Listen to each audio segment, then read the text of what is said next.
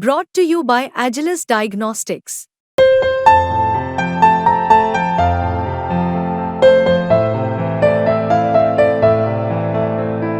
Agilus Diagnostics. सरकार भले ही GST से रिकॉर्ड 2.25 करोड़ के करीब रकम हर महीने हासिल कर रही हो, भले ही डायरेक्ट टैक्स से करीब 20 लाख करोड़ रुपए सरकार को मिल रहे हो और इसके अलावा एलटीसीजी, एसजीटीसी जैसे टैक्स अलग से सरकार की झोली भर रहे हो, सरकार का फॉरेक्स रिजर्व करीब 700 अरब डॉलर के आसपास हो और आपको लग रहा हो कि सरकारी खजाने में तो सब कुछ हरा हरा है, तो शायद आप गलत हैं। खजाने में हर महीने भारी भरकम पैसा आने के बावजूद एक मोर्चा ऐसा है जो न सिर्फ सरकार और इकोनॉमी के लिए बल्कि हमारे आपके जैसे आम लोगों के लिए भी फिक्र की वजह पैदा करता है। तो आखिर कहाँ पैदा हो रही है ये बड़ी मुश्किल? इस खबर में हम आपके सामने इसका खुलासा करने जा रहे हैं। नमस्कार, मैं हूं प्रवीण शर्मा और आप देख रहे हैं बिस्तक। अभी जब बजट का ऐलान हुआ और उसमें आपकी टैक्स घटाने को लेकर सारी उम्मीदें धरी की धरी रह गई, तो उसके पीछे एक बड़ी वजह थी। ये वजह थी कर्ज की। दरअसल ये मामला है सरकार की उधारी का। जी हाँ, केंद्र सरकार के कर्ज की हम बात इस रिपोर्ट में करने जा रहे हैं। अब जो सरकार का कर्ज है उसे देश का कर्ज भी आप मान सकते हैं और उस तरह से अगर हम समझें तो ये मानिए कि हर देशवासी पर इस साल कर्ज का बोझ और बढ़ जाएगा। ये कर्ज बढ़कर 185 लाख करोड़ के लेवल के ऊपर निकल जाने वाला है। इसी कर्ज की वजह से सरकार मिडिल क्लास को टैक्स पर कोई राहत शायद नहीं दे पाई।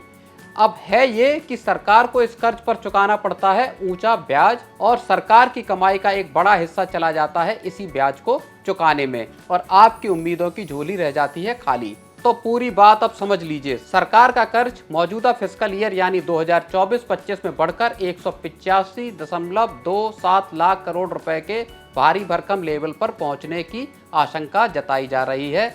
ये आंकड़ा किसी और ने नहीं बल्कि खुद सरकार ने दिया है। वित्त राज्य मंत्री पंकज चौधरी ने लोकसभा में एक लिखित जवाब में इस बात का जिक्र किया है। सरकार पर बढ़ते हुए कर्ज की बात उन्होंने बताई है। ये आंकड़ा इस लिहाज से भी चिंता पैदा करने वाला है क्योंकि जीडीपी में हिस्सेदारी के हिसाब से देखेंगे तो सरकार का कर्ज 56.8% पर पहुंचने का अनुमान लगाया जा रहा है। केंद्र सरकार का कर्ज जीडीपी के 55% से भी ऊपर निकलने का आंकड़ा इस वजह से भी गंभीर है क्योंकि 2018-19 में ये आंकड़ा 49.3% पर था और तब सरकारी कर्ज 93.26 लाख करोड़ के लेवल पर था। इससे पता चल रहा है कि बीते 6 वर्षों में केंद्र सरकार के कर्ज में कितना बड़ा इजाफा हुआ है। सरकार पर कर्ज का लगातार बढ़ना केंद्र सरकार की बीते 6 वर्षों के दौरान आर्थिक नीतियों की ओर भी इशारा करता है और ये भी बताता है कि इस दौरान किस तरह की असाधारण परिस्थितियां पैदा हुई हैं। कोविड के दौरान पूरे देश और दुनिया की आर्थिक गतिविधियों का चक्का रुक गया था, ये बात आपको पता होगी। इसके बावजूद मौजूदा वक्त में अगर सरकार का कर्ज इस लेवल पर पहुंचता है तो उससे सरकार के लिए फिस्कल चुनौतियां किस तरह की पैदा हो सकती हैं, ये सवाल जरूर उठते हैं। अब बात करते हैं साल दर साल आधार पर कर्ज के आंकड़ों की।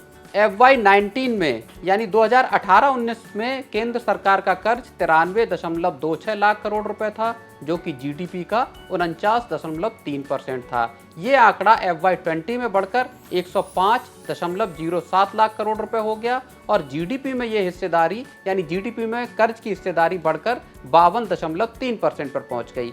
इसके बाद FY21 में हालात और खराब हुए और सरकार का कर्ज उछलकर 121.86 लाख करोड़ रुपए हो गया। जीडीपी में कर्ज की हिस्सेदारी इसी के साथ बढ़कर 61.4% के बेहद ऊंचे लेवल पर पहुंच गई।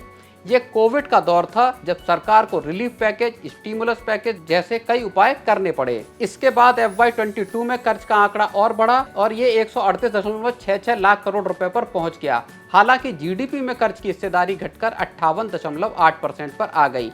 डेट टू जीडीपी रेशियो में इस गिरावट की एक वजह यह थी, देश में एक दफा फिर से आर्थिक गतिविधियां तेज हुई और इकोनॉमी ने तेज रफ्तार से ग्रोथ हासिल की।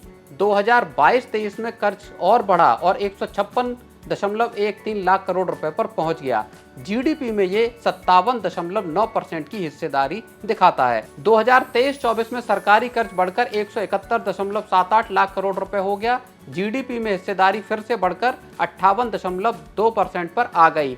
अब 2024-25 में ये आंकड़ा 185.2 लाख 7 करोड़ रुपए होने का अनुमान जताया जा रहा है। जीडीपी के 56.8% पर इसके पहुंचने की बात की जा रही है। तो आपने देश पर लगातार बढ़ते कर्ज के आंकड़े तो देखे, लेकिन इस कहानी का एक हिस्सा और भी है। माना यह भी जा रहा है कि भारत जिस तरह से आर्थिक ग्रोथ कर रहा है और फिस्कल डेफिसिट को मैनेज करने की सरकारी कोशिशें चल रही हैं, कर्ज के ये आंकड़े उसी को दिखाते हैं। इसे ऐसे समझिए कि इंटरनेशनल मॉनेटरी फंड के वर्ल्ड इकोनॉमिक आउटलुक में ये कहा गया है कि 2023-24 में भारत की जीडीपी 3.57 ट्रिलियन डॉलर पर पहुंच गई है। सरकार फिस्कल डेफिसिट के टारगेट्स को भी अब तक पूरा करती नजर आई है। 2025-26 के लिए फिस्कल डेफिसिट को 4.5% पर लाने का सरकार का टारगेट है। 2024-25 के लिए सरकार ने अंतरिम बजट में इस टारगेट को 5.1% बताया था, जिसे इसी 23 जुलाई को पेश किए गए पूर्ण बजट में घटाकर 4.9% कर दिया गया है।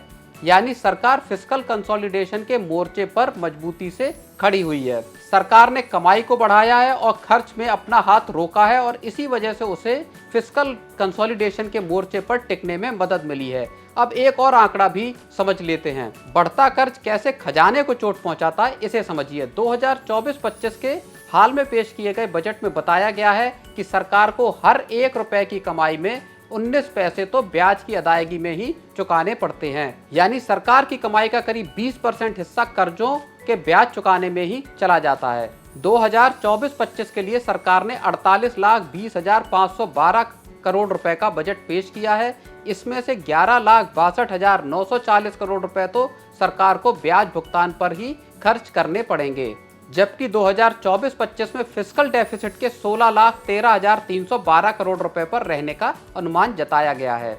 मोटे तौर पर अगर देखें तो भले ही सरकार फिस्कल डेफिसिट के टारगेट्स को पूरा कर रही है, लेकिन सरकार के बढ़ते कर्ज भी मुसीबत की एक वजह बन रहे हैं। जब आपको भारी भरकम पूंजी ब्याज के तौर पर ही हर साल चुकानी हो, तो इससे आपके पास आम लोगों पर टैक्स के बोझ को कम करने की गुंजाइश भी खत्म हो जाती है। हालांकि सरकार के ऊंचे कर्जों को लेकर एक तर्क ये भी दिया जाता है कि ये पैसा देश के इंफ्रास्ट्रक्चर और दूसरे बड़े कामों पर लगाया जाता है, जिससे लंबे वक्त के रिटर्न पैदा होते हैं।